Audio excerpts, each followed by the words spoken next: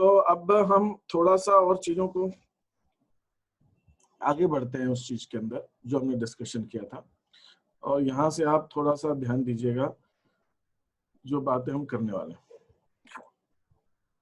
ठीक है।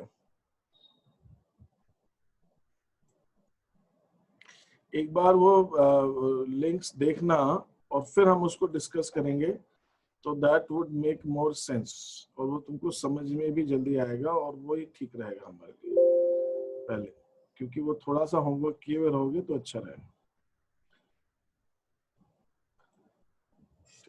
नाउ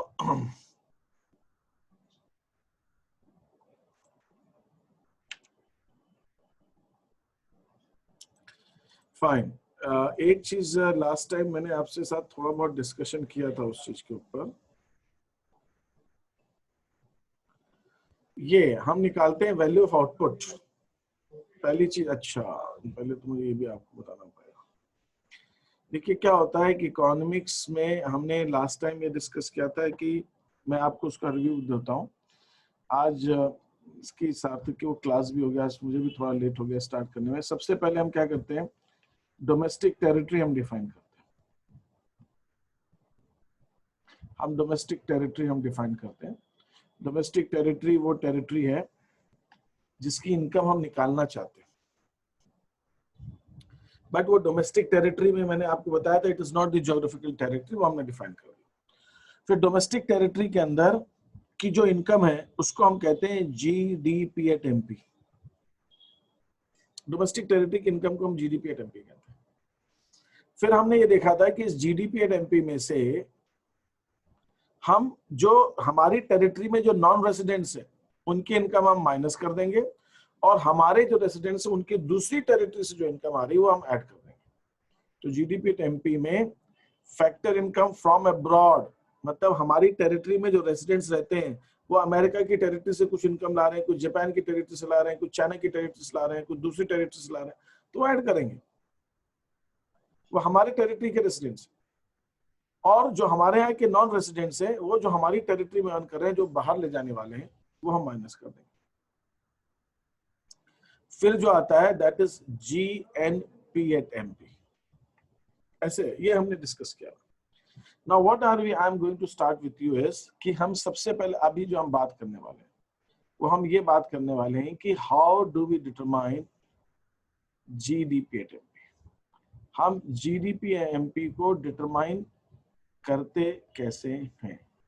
हमको अगर जीडीपी एट एमपी निकालना है, if I have to calculate GDP at MP, तो मैं जीडीपी एट एमपी कैसे निकालूंगा, that is the thing which we are going to discuss now. How I will going to calculate GDP at MP. GDP MP निकालने के लिए हम क्या करते हैं, ये जो हमारी इकोनॉमी है, मान लीजिए मेरी ये this is the economy, this is the territory, economic territory जिसकी हम जीडीपी निकालना चाहते हैं। तो हम इस टेरिटरी को क्या करेंगे, तीन पार्ट्स में डिवाइड कर देंगे। we'll divide into three parts, तीन सेक्टर्स में, बेसिकली तीन सेक्टर्स में हम डिवाइड करते हैं। वो तीन सेक्टर्स क्या होते हैं, वो तीन सेक्टर्स होते हैं हमारे primary sector, secondary sector, tertiary sector. मान लो मैंने उनको ये तीन सेक्टर्स में डिवाइड कर, मैंने यहाँ पे थोड़ा सा इक्वल या अनइक्वल जो भी होगा आप वो मान लीजिए, बट लेट अस अज्यूम कि वो जो भी सेक्टर्स है, ये हमने तीन सेक्टर्स। एक सेक्टर को हम कहते हैं प्राइमरी सेक्टर, मतलब इस सेक्टर के अंदर वो वाली बिजनेसेस आते हैं जो नेचर से रिसोर्सेज ले रहे हैं, primary sector. I am taking here primary sector.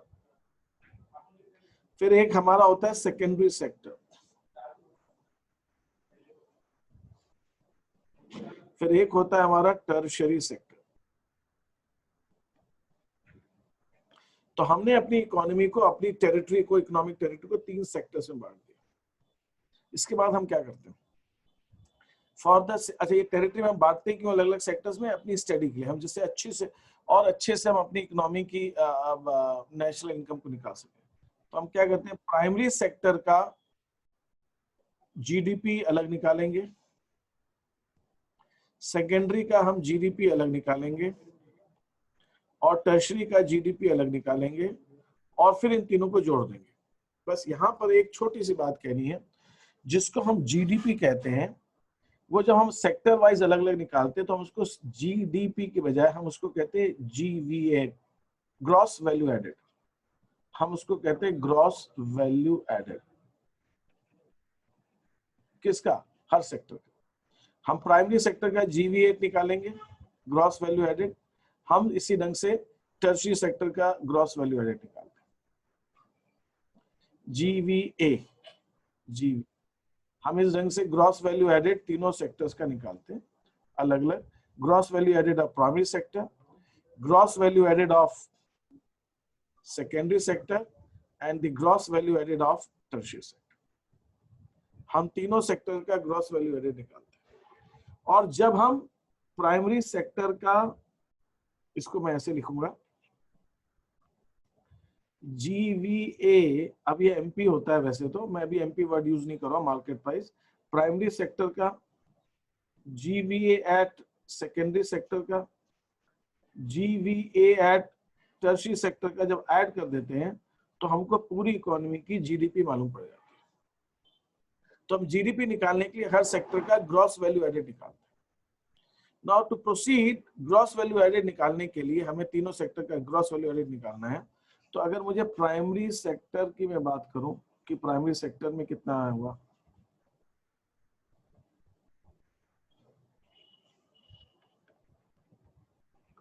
मुझे इन तीनों सेक्टर्स का ग्रॉस वैल्यू एडेड निकालना है, तो मुझे 2-3 काम करने पड़ेंगे।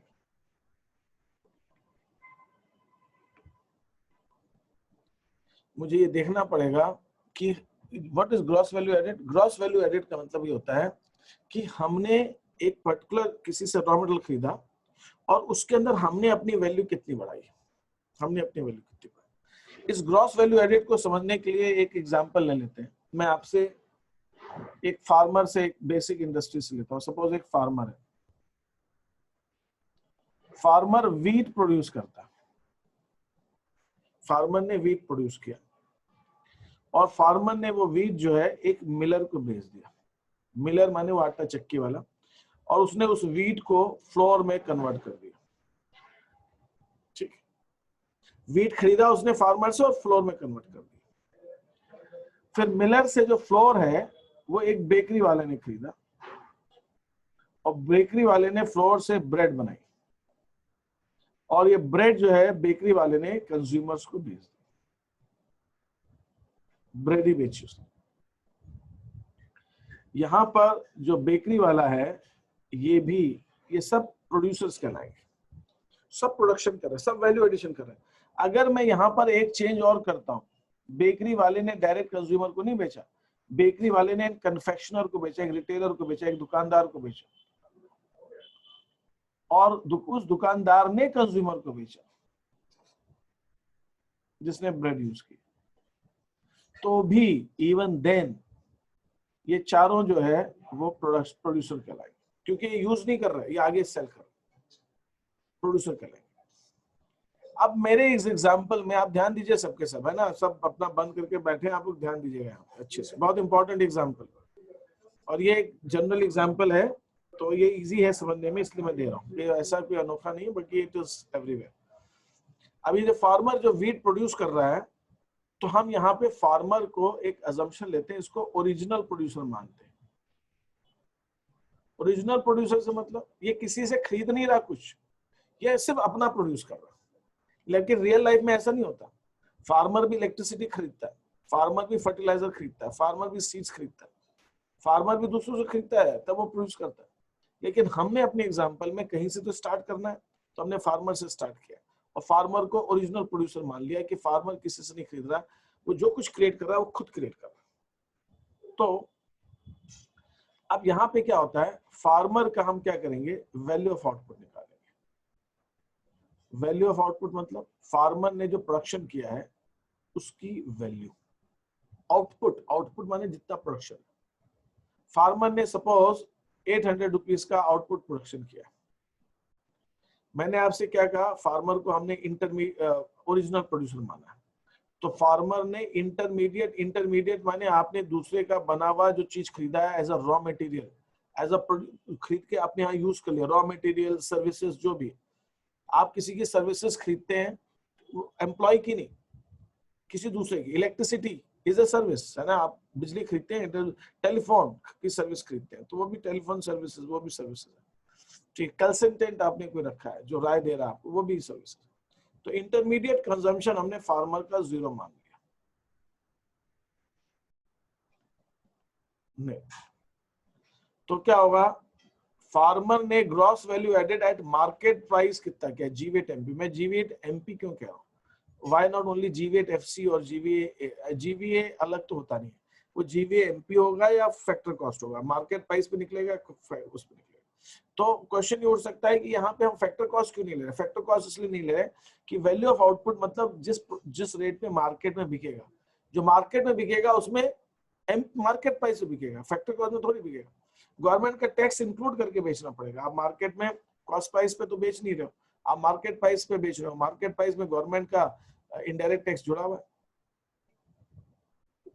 तो मार्केट में आप मार्केट प्राइस में बेच रहे हो, इसलिए वैल्यू ऑफ आउटपुट चूंकि मार्केट प्राइस में है, इसलिए वैल्यू ऑफ आउटपुट में से जब इंटरमीडिएट कंजम्पशन घटाएंगे तो जीवीएट एमपी आएगा। तो एक फार्मर ने 800 रुपीज का प्रोडक्शन किया, इंटरमीडिएट कंजम्पशन 0 है, तो उनका जीवीएट एमपी 800 हो गया। तो इसका मतलब फार्मर ने एक इकोनॉमी में 800 रुपीज का वैल्यू एडिशन किया, किसी से कुछ खरीदा नहीं और अपनी एक 800 रुपए की चीज क्रिएट की, है ना, प्रोडक्शन किया 800 रुपए का वैल्यू। सर थोड़ा इंटरमीडिएट कंजम्पशन वापस समझा दो।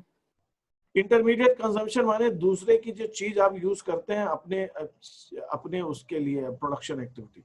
दो तरह के मैंने गुड्स बताए थे, एक होते हैं फाइनल गुड्स और एक होते हैं इंटरमीडिएट गुड्स। फाइनल गुड्स माने जो डायरेक्ट कंज्यूम हो जाएंगे, जो कंज्यूमर यूज कर लेगा, वो फाइनल गुड्स। और इंटरमीडिएट गुड्स जो आगे फर्दर प्रोडक्शन में यूज होगा, जो अभी डायरेक्ट कंजम्पशन में नहीं गया, उसको हम इंटरमीडिएट गुड्स कहते हैं। एक एग्जांपल हम ले रहे हैं, कॉटन है, कॉटन से यान का प्रोडक्शन हुआ, यान से फाइबर बना, सॉरी हाँ ठीक है, कॉटन से यान बना, यान से फैब्रिक बना, फैब्रिक से गारमेंट्स बन गए, और गारमेंट्स डायरेक्टली कंज्यूमर को बेचे जा रहे हैं, फैब्रिक और यान और कॉटन नहीं बेचे जा रहे। तो cotton is intermediate, cotton is intermediate, ठीक है, इंटरमीडिएट होगा, यान भी इंटरमीडिएट होगा, फैब्रिक भी इंटरमीडिएट होगा, और ये जो गारमेंट से जो डायरेक्ट कंज्यूमर ले रहे हैं ये फाइनल गुड्स हो जाएगा।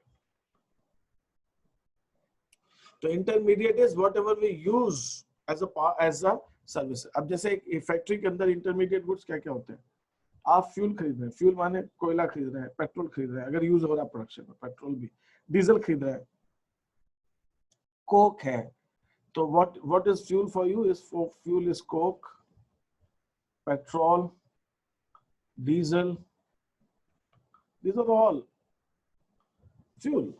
Electricity तो भूल गया, electricity is also fuel, ठीक है। ये इलेक्ट्रिसिटी का पावर बोलना ज्यादा अच्छा है, पावर हैवी ड्यूटी इलेक्ट्रिसिटी जो होती है, इलेक्ट्रिसिटी तो घरों में यूज होती है। तो ये सब हमारे लिए एक तरह से देखा जाए इंटरमीडिएट कंजम्पशन। आपने प्रोड्यूस नहीं किया कोक, आपने पेट्रोल नहीं प्रोड्यूस किया, आप कहीं से ले रहे हो, फिर जो रॉ मटेरियल आप यूज कर रहे हो, वो जो रॉ मटेरियल कुछ भी हो सकता है। एक गारमेंट फैक्ट्री के अंदर रॉ मटेरियल हो सकता है फैब्रिक, अगर आप फैब्रिक किसी और से खरीद रहे हो, आप खुद फैब्रिक बना रहे हो, तो फैब्रिक बनाने में क्या लग रहा है, फैब्रिक बनाने में कॉटन लग रहा है, कॉटन से आप यान बना रहे हो, यान से आप फैब्रिक बना रहे हो, कपड़ा बना रहे हो, फिर कपड़े को आप स्टिचिंग करते हो, तो cotton is a intermediate consumption. इसके अंदर जो इलेक्ट्रिसिटी लग रही है वो इंटरमीडिएट कंजम्पशन। तो whatever you purchase from others is intermediate consumption. समझ में आया ये इंटरमीडिएट कंजम्पशन क्या है? Yes sir. पूछा तो जोश में था हिमांशु ने, सार्थक ने बहुत डल आवाज में जवाब दिया यस सर। तो समझ में आया भी कि नहीं आया, ऐसे बोल रहे तो समझ में आ गया सर, आ गया। तो ये 800 का वैल्यू ऑफ आउटपुट प्रोडक्शन किया फार्मर ने। मिलर क्या करेगा, मिलर ने 800 का खरीदा है फार्मर से, तो ये जो आउटपुट है फार्मर का, ये मिलर के लिए इंटरमीडिएट हो जाएगा। और 800 का मिलर खरीद रहा है वीट और उससे आटा प्रोड्यूस कर रहा है, and that is of 1300 rupees. तो मिलर ने कितना वैल्यू एडिशन किया? 800 की चीज खरीद के 1300 की बना दी उसको। 800 की खरीदी, उसने अपनी मेहनत से, अपनी लेबर से, अपनी कैपिटल से, है ना, अपनी अपनी लैंड से, अपने सारे फैक्टर्स ऑफ प्रोडक्शन लगाया उसने, और वो 800 की चीज को 1300 बना दी। तो मिलर ने कितना वैल्यू एडिशन किया? 500। बेकरी अब 300 का खरीद रही है फ्लोर, वो 300 जो है 1300 का, बेकरी के लिए 1300 जो है वो इंटरमीडिएट कंजम्पशन हो जाएगा। अब बेकरी ने 1300 का खरीदा किसी और का बना हुआ आटा, कहीं और से फार्मर ने प्रोड्यूस किया, किसी मिलर ने उसको पीस के आटा बनाया, उसने 1300 का खरीदा। अब वो अपनी लेबर, अपनी कैपिटल, अपनी लैंड, अपनी एंटरप्रेन्योरशिप लगा के उस 1300 की चीज को उसने 2300 का कर दिया। तो बेकरी वाले ने वैल्यू कितने से बढ़ाई? 1000 से बढ़ाई। रिटेलर 2300 का ब्रेड खरीदा बेकरी वाले से, रिटेलर ने अपनी दुकान लगाई, उसमें अपना पैसा लगाया, ठीक है, दुकान इज द लैंड, अपनी शॉप, उसने अपना पैसा लगाया, इनटू कैपिटल, उसने अपनी लेबर लगाई, उसने अपनी एंटरप्रेन्योरशिप लगाई, और फिर जाके उसने उस ब्रेड को 2700 का कंज्यूमर को बेच दिया। तो 400 का वैल्यू एडिशन रिटेलर ने किया। ये जो वैल्यू है 2700, इसको कहेंगे वैल्यू ऑफ फाइनल गुड्स।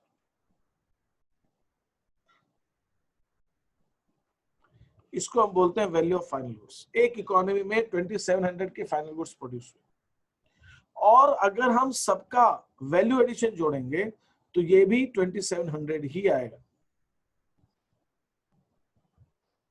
ये भी 2700 ही आएगा। इसका मतलब ये हुआ कि एक इकोनॉमी में जितना वैल्यू एडिशन होता है वो value addition value of final goods के बराबर होता है, और ये हमेशा होता है, इसका कोई एक्सेप्शन नहीं है, हमेशा होगा। इसलिए कई बार इंडस्ट्रीज, कई बार इकोनॉमीज में होता क्या, अगर हमको नेशनल इनकम निकालनी है, हमें जीडीपी एट एमपी निकालनी है। अच्छा, यहाँ पे मैं क्लियर कर दूं, जो 2700 है ये जीडीपी एट एमपी कहलाएगा। जीडीपी एट एमपी कैसे कहलाएगा? हमने सबका जीवी एट एमपी ऐड किया है, gross value added of market price, जब सबका ऐड करेंगे तो जीडीपी एट एमपी बन जाता है, और GDP at MP is equal to the value of final goods of the entire economy. इसलिए इकोनॉमी के अंदर कभी कभी क्या होता है, हमारे लिए पॉसिबल नहीं होता कि हम हर एक से वैल्यू एडिशन निकाल सके। भाई तूने कितना वैल्यू एडिशन किया, तूने कितना किया, और निकाल पाना पॉसिबल नहीं होता। तो हम क्या करते हैं, फाइनल गुड्स का वैल्यू देख लो, वही हमारा जीडीपी एट एमपी हो जाएगा, वही देखो। फाइनल गुड्स कैसे मालूम पड़ेगा? हाउस होल्ड ने कितना खर्चा किया, गवर्नमेंट ने कितना खर्चा किया, किसमें? कंजम्पशन में। हाउस होल्ड का कंजम्पशन खर्चा कितना है, गवर्नमेंट का कंजम्पशन खर्चा कितना है, फर्म का फाइनल गुड्स कितने खरीदे, मशीनरी कितने, इन्वेस्टमेंट, एक्सपेंस। फाइनल गुड्स क्या होते हैं? फाइनल गुड्स में दो तरह के गुड्स होते हैं, कंज्यूमर गुड्स और कैपिटल गुड्स। तो अगर हम पूरी इकोनॉमी का कंज्यूमर गुड्स कौन कौन खरीदते हैं? कंज्यूमर गुड्स प्राइमरली खरीदते हैं हाउस होल्ड्स और गवर्नमेंट। सर ये जो चेन होती होगी, ये तो फिर बहुत ही लंबी चेन चलती होगी ना? इसका कोई एंड नहीं है, इसका कोई स्टार्ट नहीं है। इसलिए स्टार्ट तो प्राइमरी सेक्टर से हो जाती होगी ना ये? नहीं, हम कैसे कह सकते हैं? प्राइमरी सेक्टर क्या है सर? जो जहाँ पे वो लोग नीचे से सामान लेके आते हैं, अगर फार्मर ने वीट उगाया तो उसने। प्राइमरी सेक्टर वो बताओ, और बताइए क्या है प्राइमरी सेक्टर? आप एग्जांपल देते हैं फार्मर का है, कैसे, मतलब वो क्या कर क्या रहा है प्राइमरी सेक्टर में, हो क्या रहा है? सर वो मान लो फार्मर को भी तो रॉ मटेरियल कुछ ना कुछ इंसेक्टिसाइड, पेस्टिसाइड खरीद। एवरीवन, आप प्राइमरी सेक्टर की तुम बात कर रहे हो, प्राइमरी सेक्टर का वही मैं कर रहा हूँ। प्राइमरी सेक्टर एग्जांपल बताओ हिमांशु। सर कोई ऐसा प्लांट जो सेल होता है बट उसके अंदर। फिशिंग ले लो, फिशिंग फिशिंग हाँ सर। समुद्र से मछलियां पकड़ रहे हैं, डीजल डाल रहे हो बोट में, बीच में जा रहे हो, समुद्र के बीच में नाव पकड़, मछली पकड़ने। सर किनारे पे पकड़ लूंगा। किनारे पकड़ लिया, बहुत अच्छी बात है। तो अगर आपने किनारे पकड़ा है तो उसके अंदर आपको नेट लगा, लेकिन net is not a intermediate goods, वो कैपिटल गुड्स है, क्योंकि वो नेट आप बार बार यूज करते हैं। ठीक है, लेकिन अगर आपने उन मछलियों को लाइव रखने के, लाइव तो क्या, फ्रेश रखने के लिए कुछ आपने उसके अंदर, I don't know because it is completely unknown territory for me, तो वो उसके लिए क्या करते होंगे, या कुछ उसको साफ करने के लिए कुछ केमिकल यूज करते हो या कुछ पाउडर यूज करते हो। पानी से भी साफ हो जाती है, पानी तो सिर्फ यूज करते नहीं होंगे, but if they process it, वो बेचने से पहले उसको कुछ सफाई करते होंगे, या उस मछली को थोड़ा सा फ्रेश रखने के लिए कुछ अगर वो फ्रेश रखने के लिए एक थोड़ी देर रेफ्रिजरेशन यूज करते हैं, तो वो भी नहीं है, वो तो कैपिटल गुड्स है। लेकिन अगर वो कुछ ऐसा यूज करते हैं, ओनली देन उसको हम इंटरमीडिएट ले सकते हैं। और घर में लाके मछली को आप साफ कर रहे हो, तो अब उसमें बिजली कितनी लगी होगी, उसको कितना ऐड करें, इलेक्ट्रिसिटी कितने की उसकी, तो वो इतना नहीं कह सकते। हाँ, आपने, अगर आपके पास एक लोडिंग व्हीकल है, एक छोटी सी गाड़ी है जिसके अंदर आप उन फिश को अपने सी कोस्ट से जो है आप मार्केट में ले जाकर बेचते हैं, तो आप अपना इंटरमीडिएट, आप जब अपना खर्चा जोड़ोगे उसके अंदर कि what is your expense of fishing, तो उसके अंदर आप पेट्रोल जोड़ोगे या डीजल जोड़ोगे जो आपको मार्केट में बेचने में लगता है। उसके अलावा लेबर नहीं जोड़ोगे, आप कैपिटल का इंटरेस्ट नहीं जोड़ोगे। जो आपने दूसरे की बनी हुई चीज खरीदी, उसकी बात हुई, दूसरे की बनी हुई चीज खरीदी as a raw material, as a part of the process, तो उस केस के अंदर आप उसको जोड़ सकते हो अगर कोई लगता हो तो। नहीं लगता है तो फिशिंग के अंदर मान लो तो थोड़ी देर के लिए ओरिजिनल प्रोड्यूसर हो गया हो, बट ऐसा बहुत कम होता है। आप लंबरिंग करते हैं, पेड़ों को काटते हैं जंगल में, तो वो भी प्राइमरी है, बट आप प्राइमरी लकड़ी काटते हैं तो लकड़ी काटने के बाद हो सकता है उसको कुछ ट्रीटमेंट दिया जाता हो, या उसको कुछ लेबर तो नहीं होगा, बट उसके साथ अगर कुछ लग रहा है, तो अगर नॉर्मली तो ऐसा होता है कि हम कहीं ना कहीं दूसरे की कोई ना कोई सर्विसेज या कोई प्रोड्यूस की हुई चीज हम अगर यूज कर रहे हैं तो वो इंटरमीडिएट है, अगर नहीं कर रहे हैं तो वो नहीं है। फार्मिंग में तो होता है, ये तो मैं मतलब कोई भी समझ सकता है और ये मेरे को भी समझ में आ रहा है, लेकिन ये जो मैंने एग्जांपल दिए लंबरिंग के, फिशिंग के, इसके अंदर क्या होता है मैं नहीं कह सकता। ठीक है, लेकिन अगर होता है तो आप दूसरे की ले रहे हो तो वही होगा, नहीं है तो कोई बात ही नहीं। आप माइनिंग है, माइनिंग आप कर रहे हो, मिनरल्स आप एक्सट्रैक्ट कर रहे हो, कोल आप कर रहे हो, अगर उसके अंदर आप कुछ चीजें यूज कर रहे हो, भाई कोल एक्सट्रैक्ट करने में तो लगेगी इलेक्ट्रिसिटी, बिना इलेक्ट्रिसिटी तो हो ही नहीं सकता। हाँ ना, इवन लंबरिंग में भी, पेड़ काटने में भी आपको जो मशीनों से कटता है उसमें इलेक्ट्रिसिटी, मिनिमम इलेक्ट्रिसिटी तो खरीदनी पड़ रही है आपको लंबरिंग में भी और उसके अंदर भी। ठीक है, उन चीजों में भी। तो ये दो चीज। So also sir एक और चीज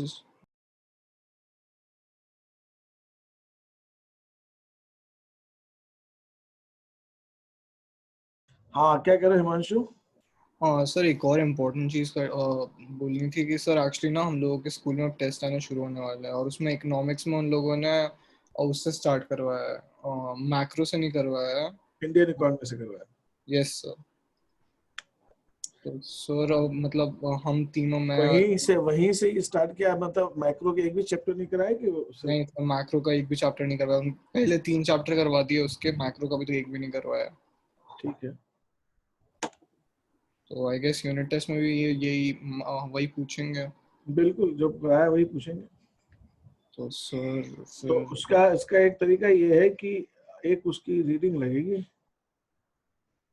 तो रीडिंग तो लगेगी उसकी, तो आप एक उसकी वो जो है ना बुक को, एनसीईआरटी को, और वो एनसीईआरटी बेस्ड ही है, इंडियन इकोनॉमिक डेवलपमेंट। तो मैं बाकी चीजें उसका दो सपोर्ट मटेरियल तो प्रोवाइड करूंगा ही, और जो डाउट होगा discuss, but Indian economic development की पढ़ने के लिए एक बार, जैसे कहते हैं ना, बिना मरे स्वर्ग नहीं मिलता, तो मरना तो पड़ता है उसके लिए। मरना कैसे पड़ता है, मतलब पढ़ना पड़ता है। तो अपन सोचें कि वो हम थिएटर में बैठ जाएं और मूवी चालू कर दें, तो वो नहीं होता। मतलब अगर आपको इंडियन इकोनॉमिक डेवलपमेंट को रियल में समझना है तो वो एक बार तो रीडिंग तो लगती है। वैसे भी मैं पढ़ा भी दूं तो भी वो ज्ञान अधूरा रहेगा, क्योंकि आप एग्जाम में लिख नहीं पाएंगे unless you read that chapter at least once. तो उसके जो 3 चैप्टर्स हैं उनकी रीडिंग लगेगी, तो रीडिंग कर लें। हम उसके बाद उसको डिस्कशन करेंगे। रीडिंग में क्या होगा, कुछ एरियाज निकल के आएंगे, कुछ पॉइंट्स निकल के आएंगे, कुछ डाउट्स निकल के आएंगे, तो वो भी पढ़ने में आएंगे। और जो जो मुझे उस चैप्टर में इंपॉर्टेंट लगेगा वो तो मैं अपनी तरफ से पढ़ा ही दूंगा। बाकी आपको उसके अंदर थोड़ा सा एक रीडिंग किया हुआ रहना बहुत ज्यादा जरूरी है। जैसे इंग्लिश होती है ना, वो इंग्लिश की तरह आप अपनी इंग्लिश को सोचें कि हमारे बिना पढ़े हम उसको कर लेंगे, नहीं कर पाएंगे, इम्पॉसिबल।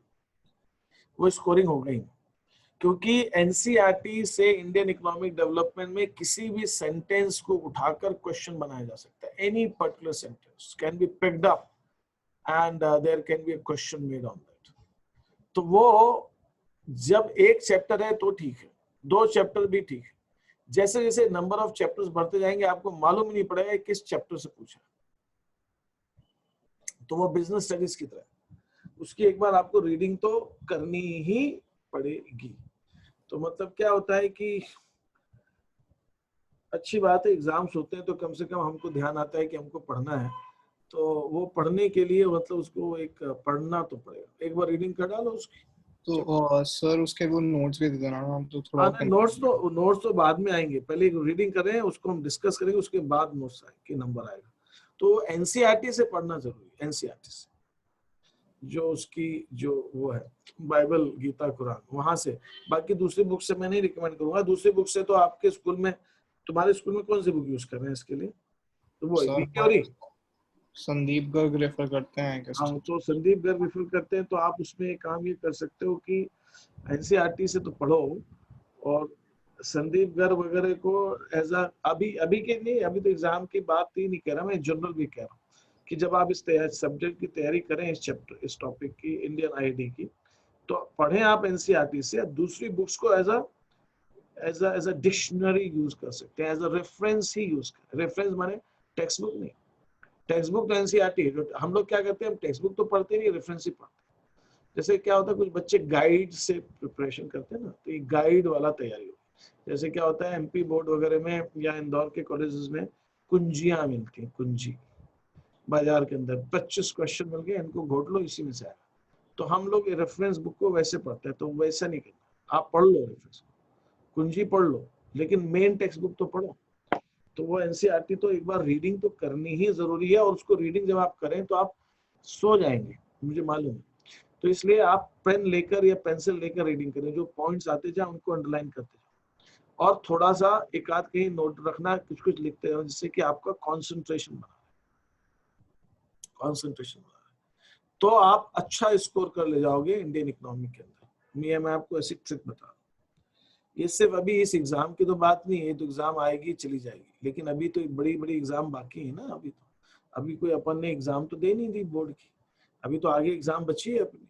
और ये इंडियन इकोनॉमिक डेवलपमेंट आपको इसलिए मैं बता रहा हूँ कि आप हायर क्लास में भी जाएंगे, ग्रेजुएशन में, तो भी ये आएगा। तो इसको आपको पढ़ना तो पड़ेगा। तो इसको पढ़ने की तरीका यही है, और आप अभी राइट टाइम सही हैबिट डेवलप कर लोगे तो आपको आगे भी काम आएगा। तो आप उसको पढ़ें, इंपॉर्टेंट पॉइंट्स को अंडरलाइन करें, कुछ खास पॉइंट लगे उसको साइड में लिखते जाएं।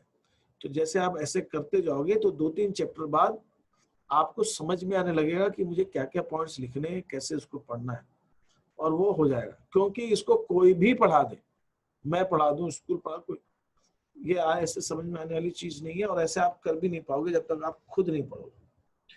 तो वो आपको ये तो हमेशा ध्यान रखना है कि इसके अंदर कैसा भी मैं नोट्स दे दूं, कैसे भी मैं क्वेश्चन दे दूं, कुछ भी कर दूं,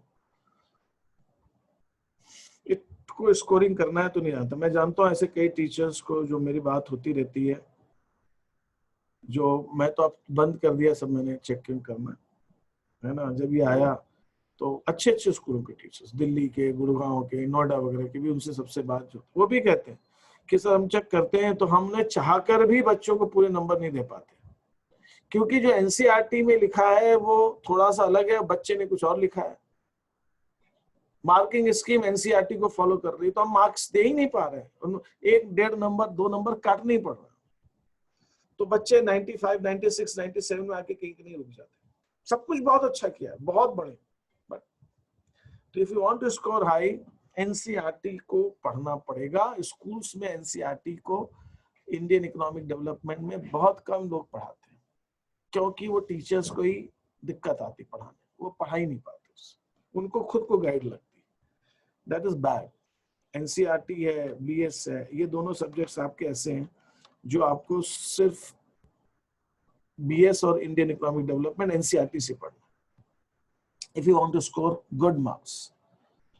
और सिर्फ गुड मार्क्स ही नहीं, आप सोचें सर गुड मार्क्स छोड़ दो ना, अभी आप 50-60 नंबर आ जाए बस, तो उससे मतलब नहीं है। अभी आ जाएंगे तो क्या, बाद में क्या करोगे, रोगे? तो अभी से आदत डालो, शॉर्टकट नहीं, अभी टुडे तो स्टार्ट रीडिंग।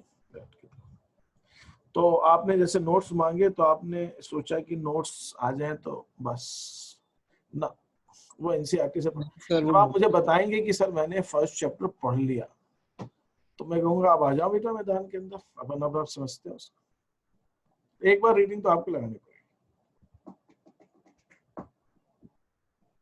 एक बार रीडिंग लगानी, ठीक है? तो रीडिंग तो लगानी पड़ेगी, ठीक है? तो ये है कहानी इंडियन इकोनॉमिक डेवलपमेंट की। जब आप रीडिंग लगा लेंगे तो आप मुझे बताइएगा, मैं आपकी क्लास ले लूंगा, ठीक है? हम उसमें डिस्कस करेंगे। Is that okay? Yes sir. Can we continue further? Yes sir.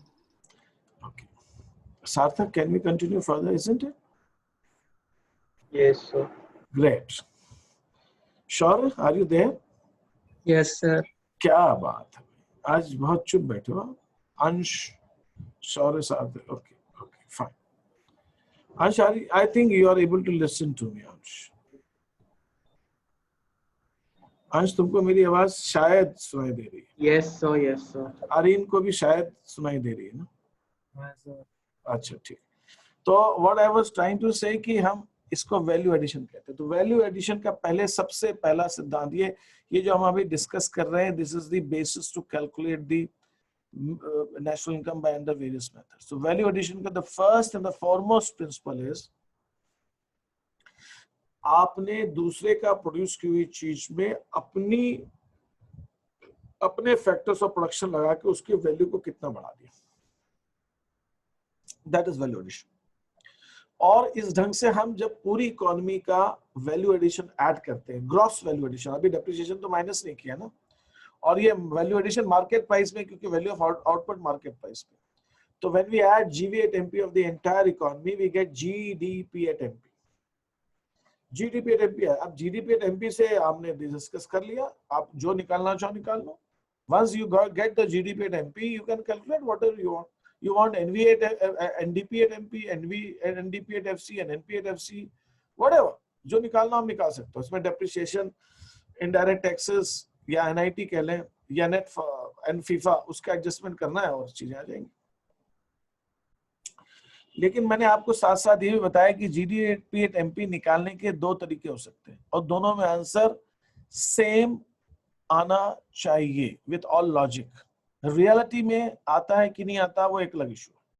क्यों नहीं आता है? अगर नहीं आता तो इसलिए नहीं आता कि रियलिटी के अंदर हर चीज इतनी परफेक्टली मेंटेन नहीं होती है। हर आदमी आपको पूरा हिसाब दे देगा, मैंने कहां से खरीदा, कितना खरीदा, ऐसा होता नहीं।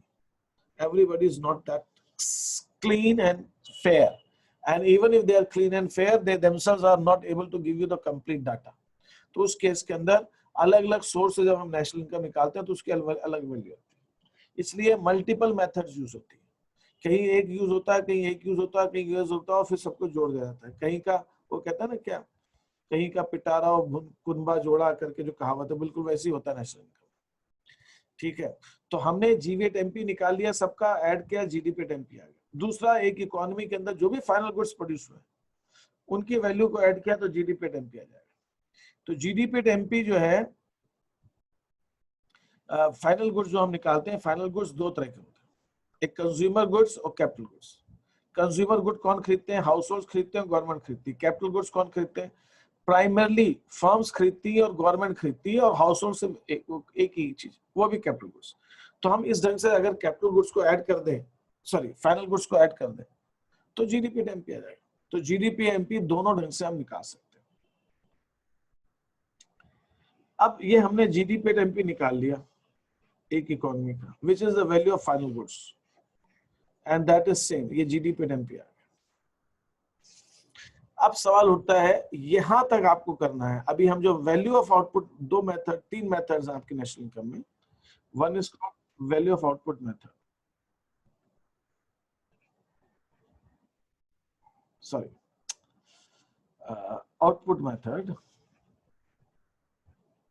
आउटपुट मेथड या इसको वैल्यू एडेड मेथड भी कहते हैं।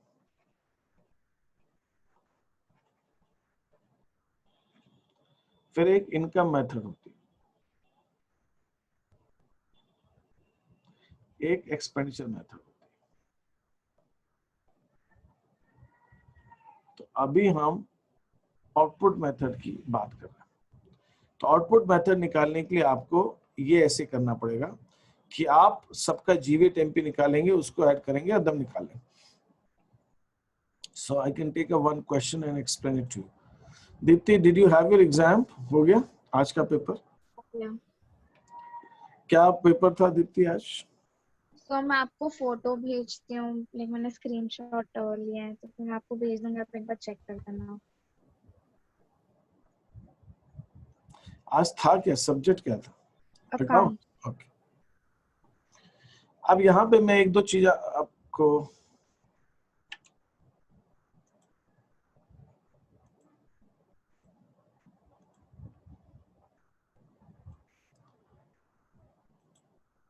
यहाँ पे मैं आपको एक दो चीज बता रहा हूँ, इसको आपको नोट डाउन करना पड़ेगा। थोड़ा सा हाथ वत हिलाइए and write down in notebook properly, तो थोड़ा सा कंसंट्रेशन भी बने। Value of output minus intermediate consumption is equal to GVA at MP. Write down this, all of you, in the notebooks. अब इसके नीचे में कुछ चीजें और भी ऐड करते जाऊंगा, लिखते जाएंगे। Value of output minus intermediate consumption is equal to GVA at MP.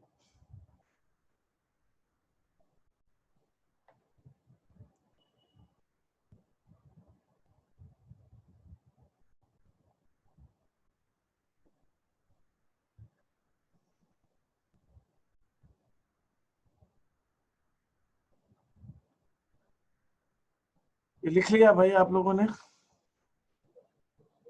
Yes sir. Yes sir.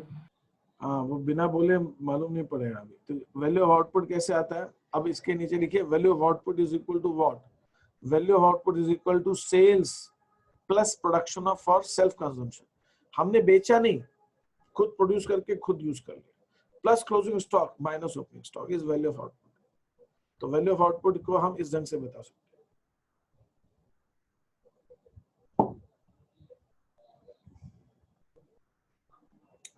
आपको मुझे कुछ हाँ हूँ करके बताना पड़ेगा कि हाँ आप कर चुके हैं। सर लिख लिया। इसके बाद वैल्यू आउटपुट निकालने के बाद में इस ढंग से फिर और आगे हम देखते हैं सेल्स क्या होता है। सेल्स होती है domestic sales plus exports, that is sales.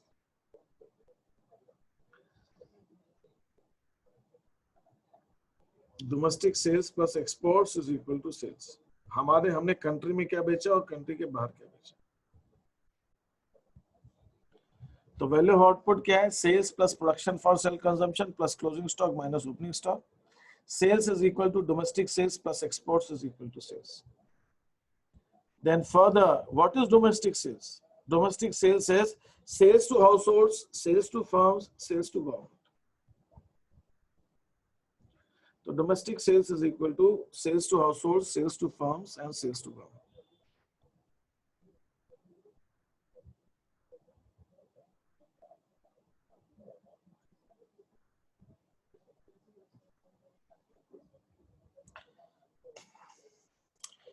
तो हमने क्या देखा? Value of output is minus intermediate consumption is equal to GVA at MP.